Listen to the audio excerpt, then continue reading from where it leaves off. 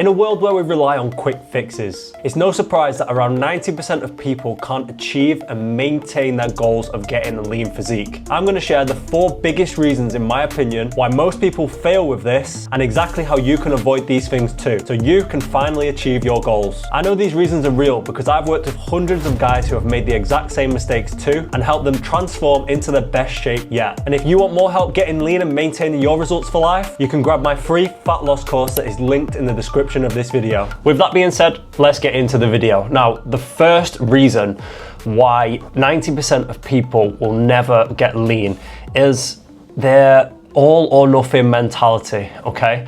Now, a lot of people have an all or nothing mentality when it comes to fitness and getting into shape. And a big reason why this is the case is because we all just want quick fixes. We all want the shortcut, the short route to success. And a lot of people are not willing to do the hard work that is required. So people will kind of try and take shortcuts and do all or nothing mentality, if that makes sense. They'll be going to the gym 6-7 times a week. They'll be doing cardio 3, 4, 5 hours a week, and they'll be dieting on kind of really, really low calories. Now, this is all good and well, but the main reason why people will fail with this is because it's not something that they can see sticking to for the long run, okay?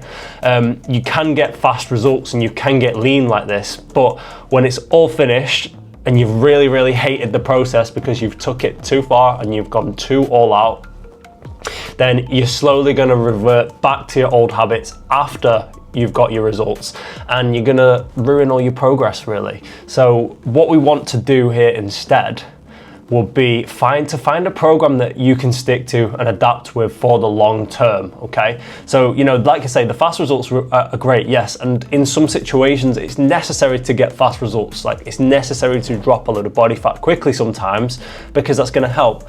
But without having that plan in place as well that you can stick to long term, your willpower is always going to run out, and you're always going to revert back to your old habits that left you wanting to lose weight in the first place. So this is one of the things that I like to have in place with my clients, especially the ones who want to kind of lose quickly and have results. But what we need is we need to find a plan that's going to be sustainable for you first and foremost. We need a system that you can stick with for the long run, that you can get results on at a certain rate, but you can also maintain them too. Then when we can adapt and push harder and it become a little bit more restrictive when necessary. So if we're into a fat loss phase, we want to kind of get that weight off a little bit quicker, then we can start to pull back and start to be a little bit more restrictive, and move more into that all mentality to shift a bit of weight off. But then once we are done, this is where we have that plan to fall back on and in place. So once we have lost this weight, we're not ending up hating the process, we're reverting back to a system that is still going to allow us to get results, and it is still going to allow us to be sustainable with for the long term. So I hope that makes sense. Now, the second reason is getting the magic 3 in place. And you might be thinking, like, what even are the magic 3? And with these 3 things are essential to have in place if you want to get a lean physique and if you want to get in shape over time. And it's it's the basics: the training, your nutrition, and your cardio and your NEAT. So any exercise or activity that is outside of deliberate cardio as such. Why do you need these then? Okay, so firstly, you need to have a training plan in place, and this is so you can stick and progress with your exercises over time, and you can build and maintain muscle while still being able to get lean. So we need a training program in place. We need exercises that we are going to hit all areas of the body, target the areas that you want to work on a little bit more, and have a system in place where you can adapt to the training. You can progress with your training over time, so you can log your weights and you can get stronger. And that is going to allow you to build muscle. So when you do lose the body fat and get lean, you're going to have the physique there to show for it. The second one is your nutrition. Now, we need some calories and we need some guidelines in place to help you get lean, because getting lean, we need a calorie deficit so we can strip that body fat and reveal the muscle that is underneath it. So we need targets and guidelines with your food to ensure that you're in a calorie deficit and that you're getting leaner over time. Now, the third thing is your cardio and your NEAT. So adding in deliberate cardio, like whether you've got some steady state cardio on the treadmill, you're playing a sport that you like and you're burning more calories on a day-to-day basis, or having some extra NEAT involved, like having a step count in there, or a deliberate amount of, you know, stairs to climb or steps to hit, or you're walking a little bit more, or you're standing up on your desk and things like that, where we're moving more and we're moving the body more deliberately to increase that energy expenditure so we can burn more calories and lose body weight a little bit quicker. Okay, the next thing, as you can see, genetics.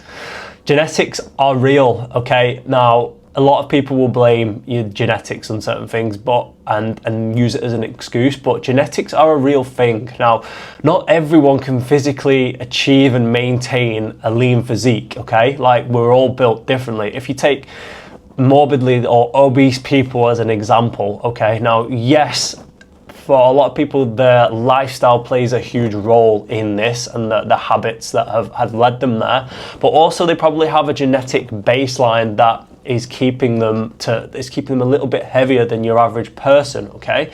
So they can genetically be born to carry a higher percentage of body fat than others. Now, this goes true, and an example is, like, you know how you get them people sometimes that they can just walk around, eat whatever they want, never train, and they'll always be lean and have a six-pack, okay? Well, that's true, but on the other end of the spectrum too, there's always going to be people that will carry a little bit more body fat too, and they'll be, you know, genetically disposed to carry extra body fat. And for these people, it can be hard to maintain a lean physique over time. It can be really hard because the genetics are just not allowing it.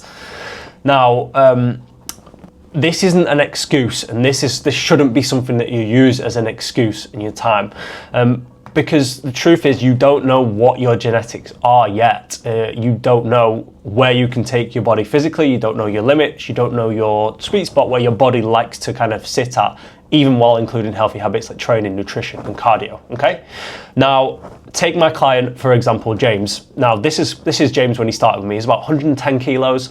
Obviously, he was at a point in his life where he'd kind of let himself go a bit over the years, and he will be the first one to agree with that and let me say this.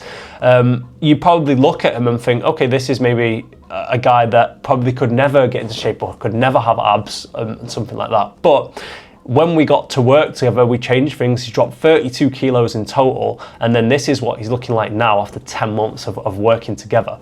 You know, he's actually got abs, he's got muscle, he's managed to strip all of that body fat, and now he can maintain his results quite easily, to be honest, and live his new life in his new body, which is really, really amazing to see. But it goes to show you should never take your genetics or use your genetics as an excuse. We all want to have to work within our limits, but we can all better ourselves too and better our situations, okay? Regardless, genetics or not. Cool, so the next thing and the last thing is gonna be data, okay? Data is king, okay? We need to have the data in place because this is where we can base decisions on. So we're not winging it, which a lot of people usually do. A lot of people will wing the results and their approach to getting lean with no real guidance, and we don't have the data to fall back on to make decisions. So when things do get stuck, or when you are struggling or you're stalling and not making the progress that you expect, you don't have the data in place to fall back on to make them changes, okay? Knowledge is gonna be power. This will be key for you because, like I just said, you know, you don't know whether you're making progress or not if the data is not being tracked. Sometimes just looking at your body in the mirror day to day, it's not going to be enough because it's hard to see them changes day to day on basis. So we want to be tracking metrics that are going to allow us so we can see data that is going to show that we're heading in the right direction with your training, with your nutrition, with your cardio, so that we know we're going to make results. And then if we're not, we have all the data in place to make changes and make decisions. So we're basing decisions off the data rather than basing it off our feelings. So what kind of things do we need to track then? And what kind of things should we be logging and tracking, and the data points that we need on a daily basis? Okay, so we need our body weight firstly, and we want to track your body weight first thing in the morning before lost my thought, that's my train of voice. We want to weigh in first thing in the morning before food and water, okay? So when you get up in the morning, first thing, use the bathroom, don't drink any water, don't eat any food, and jump on them scales, okay?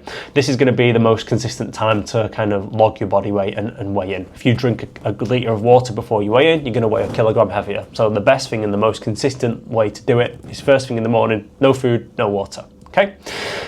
Now with this weight and with these body weights, as you can see on the second picture below, is when we want to look at the trend in the body weight over time. There's going to be some up days, there's going to be some down days for many different reasons. Your day-to-day body weight is going to fluctuate all over the place, but we want to track that trend in the weight over time so we can see it's heading in the right direction. Now if we're losing weight and we want to get leaner so we can get more shredded, more defined, more toned, we want that trend in the graph to be going downwards over time, in a downwards trajectory, just like shown.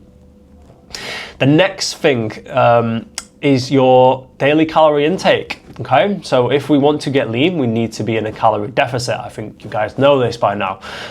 So we need to have a certain amount of calories that we're eating each day and a certain amount of protein to hit each day so we can build muscle and recover better over time. Now within these guidelines, we want to log these. So, weigh out your food, log the calories that you have, use MyFitnessPal to kind of scan your barcodes and enter your food in there, because this data is going to be so important.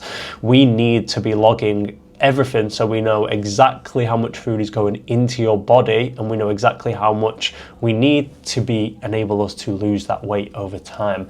If you're not tracking your calories and you find yourself in a spot where you're not losing weight anymore, then how do you don't have any data to go back to. You don't know exactly the food that you're eating, you don't know how many calories you're eating, so you don't know if you're actually going to be in that deficit to lose weight over time. So tracking your calories, super important.